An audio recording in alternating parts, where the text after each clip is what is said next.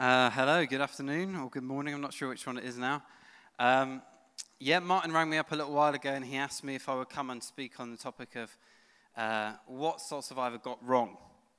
And initially I was like, well, cheers, Martin. Wouldn't it have been great to have come and spoke on why Soul Survivor is so amazing, or something like that? And yeah, I've reflected on it more and more, and I've realized that it's a fascinating question for us all to think of in terms of the areas of ministry that we're involved in. And to ask the question, really, what are we doing well and what are we not doing well?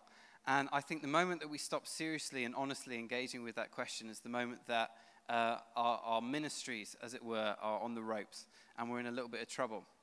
And I was sort of thinking where to go with this question of what Soul Survivor has got wrong. And I think there's a few things that I'd have to say at the start as almost as disclaimers. I think you probably have to judge the effectiveness of a ministry on the basis of what you're aiming to achieve.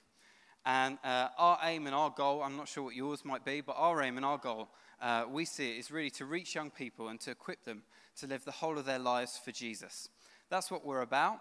And on that basis, how well have we done? Well, there's a few things that I think we accept that we're never going to do, and we've never intended to attempt it, and that's just the nature of a 5-day event. So we've always known that discipleship is never going to be something that we're going to be able to do in a serious way with thousands of young people all around the country, because of course discipleship can never happen in an event. It always happens in relationship, and it happens in the context of a local youth group.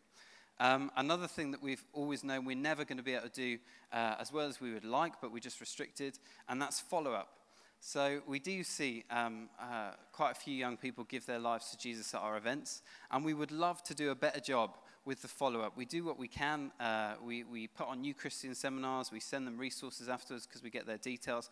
But we've always known that it would, as well, probably be wrong for us to take on the responsibility for then discipling them, because that's something, no young person just rocks up at Soul Survivor not knowing any Christians. The idea is they're brought by Christians and they're followed up by those Christians afterwards.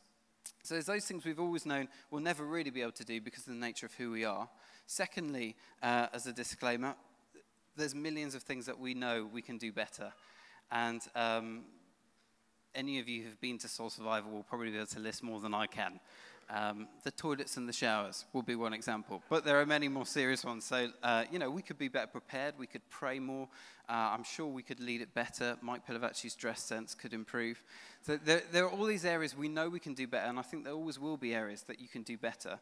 But the question really is, what have we got wrong? And whenever you're assessing the effectiveness of an organization, you're a great advantage if you've got history. So if you can look back at an organization that maybe ended 100 years ago, you can see the footprint of that organization in its culture and at its time, and you can assess how effective it was in aiming to do what it did. But we don't have that luxury. We're 19 years young. And so I think the best place for us to look, really, the place that I've been looking as I've mulled over this question, has been the current generation of 20s and 30s. And looking at, these are the people that we have been working with for the past 10 years. And so if we look at the current generation of 20s and 30s and we ask ourselves the question, how well have we done in serving them? How well have we done in equipping them to reach the rest of their friends and equipping them to live out the whole of their lives? And what's the verdict? And when you look, there's a couple of things that concern me.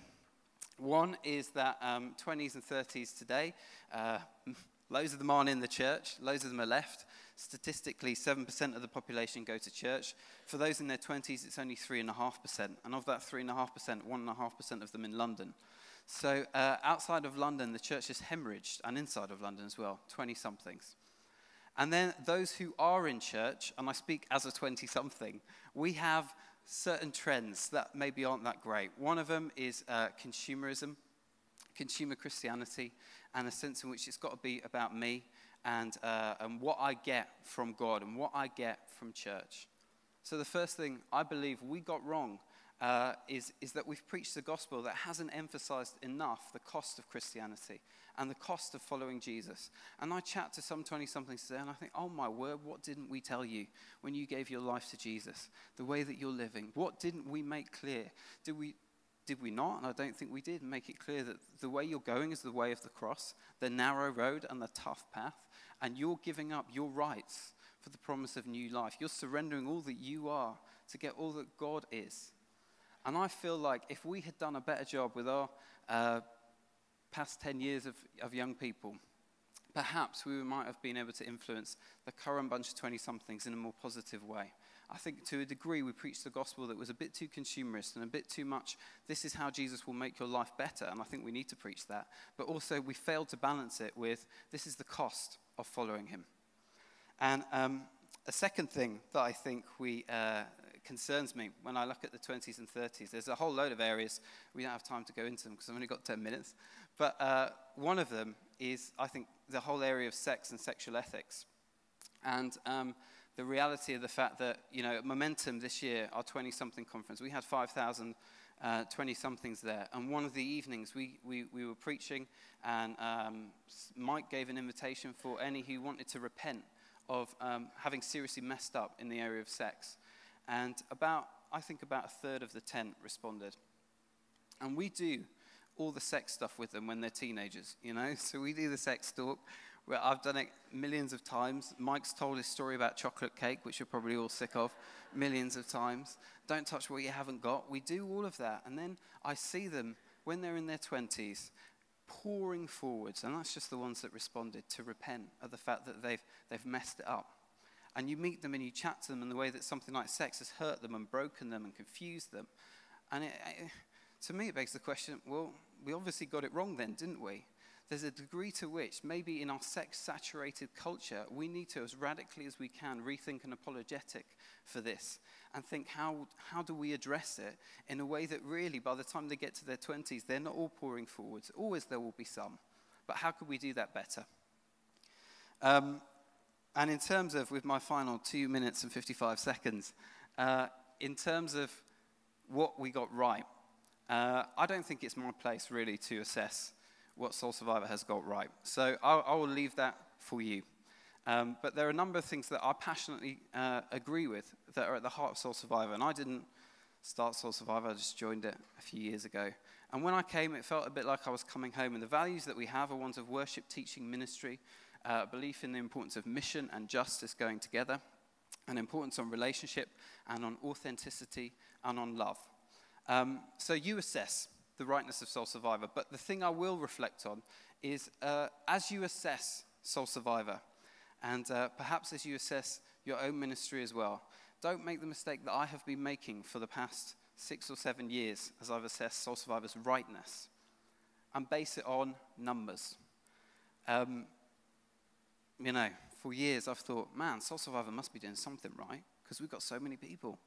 We must be doing something right because, look, we're growing. We must have got something right. Even, when Martin introduced me and the whole title that I've been given, the biggest youth event, reflect on the biggest youth event.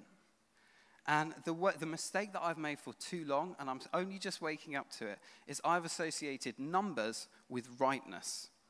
Numbers usually mean success in worldly terms. It does not mean rightness. If you have a church that's growing, it doesn't necessarily mean it's a church that's biblical. It means it's a church that's attractive. And attractive and biblical are not always the same thing. And as we look at our ministries, a youth group that we're trying to grow, and a church that we're a part of, the question we have to ask ourselves is this right? And the analysis for that is not based on numbers. As I look through the Bible at the way that God does maths, it doesn't seem to add up most of the time. He picks Israel rather than Egypt, a tiny, puny little people rather than a mega power.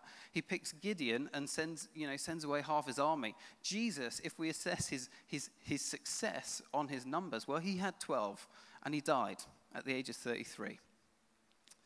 And I suppose the question and the challenge I would leave us with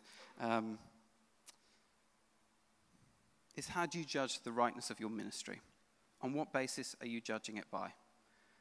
I would suggest the one is what Paul says in 1 Corinthians chapter 3, where he talks about how we've got to build on the foundation of Jesus Christ. And I don't like giving talks that end on a solemn note, but I feel strongly on it. And A.W. Tozer once wrote this. He said, "Many of us who fancy ourselves to be important evangelical leaders may find at the last that we have been but busy harvesters of stubble." We may grow huge ministries and find at the end of it that the rightness of them was completely and utterly wrong. We have to build on Jesus Christ. And as we do that, the dream and the hope for all of us, isn't it, is that we produce not just fruit that's there for a season and disappears when they hit their 20s, but fruit that will last. And Mike, my friend who leads Soul Survivor, one of the things that he said at the end of a talk he gave a little while ago was that when he's in his old age, he doesn't want to spend his time looking at photograph albums of things that he's done. He wants to be able to look around at the lives of the people that he's invested in, people who are still going for it. And in that place, he said he would draw his satisfaction. And I believe that when we hit our age, our old age, if we can do that, then maybe we can say, yeah, we got something right. Thanks very much.